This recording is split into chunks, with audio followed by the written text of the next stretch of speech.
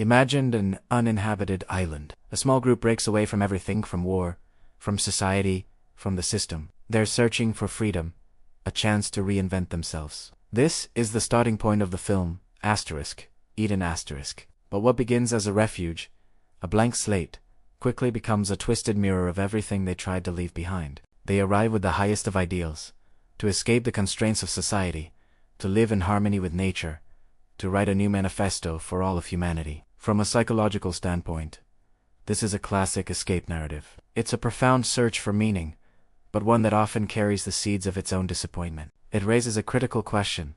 What is the psychological cost of trying to change the external world before you've even begun to change your internal one? Cut off from everything they know, their vulnerabilities begin to surface. Fear, rivalry, and a creeping distrust settle in. The island itself, with its harsh, unforgiving nature, becomes a powerful metaphor for human nature when it's stripped of all its familiar social structures. We can analyze this through a concept known as disintegration theory. The idea is that when social bonds dissolve, the individual, or in this case, the group, tends to fragment inwardly. The very ideal of communion, of everyone coming together as one, ironically, becomes fertile ground for all the latent conflicts they brought with them. In Eden *, these power dynamics don't stay hidden for long.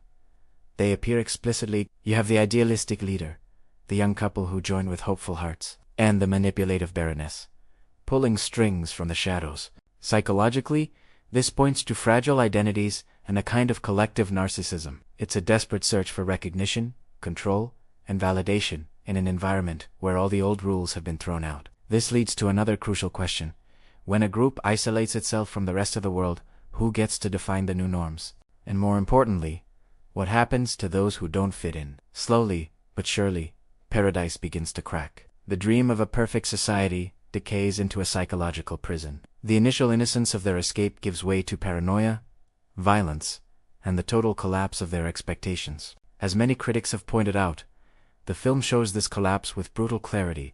Humans, it seems, are far better at imagining Eden than they are at actually creating one. Here, we can apply the psychological technique of cognitive dissonance. The characters find themselves trapped between the idealized versions of who they believed they would become on the island and what the harsh new reality demands of them. This creates a constant, grinding trauma of identity adjustment. Let me ask you something.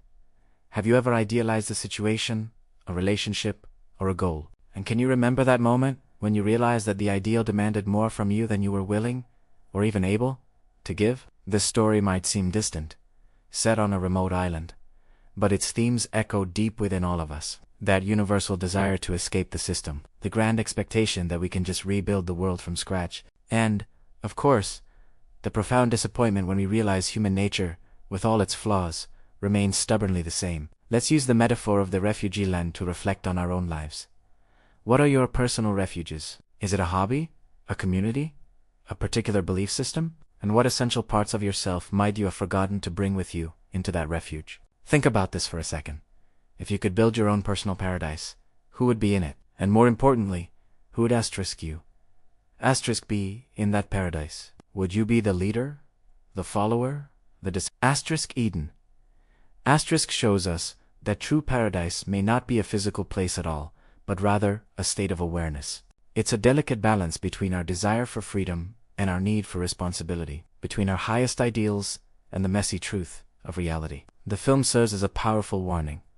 If any refuge is purely external, if it's just a change of scenery without a change of self, it can easily become our own trap. The search for paradise, it turns out, often reveals more about our own shadows than we'd ever care to admit. Thank you so much for watching. If this video gave you something to think about, please consider liking and subscribing for more content that explores the intersection of film, psychology, and the human condition. See you in the next one.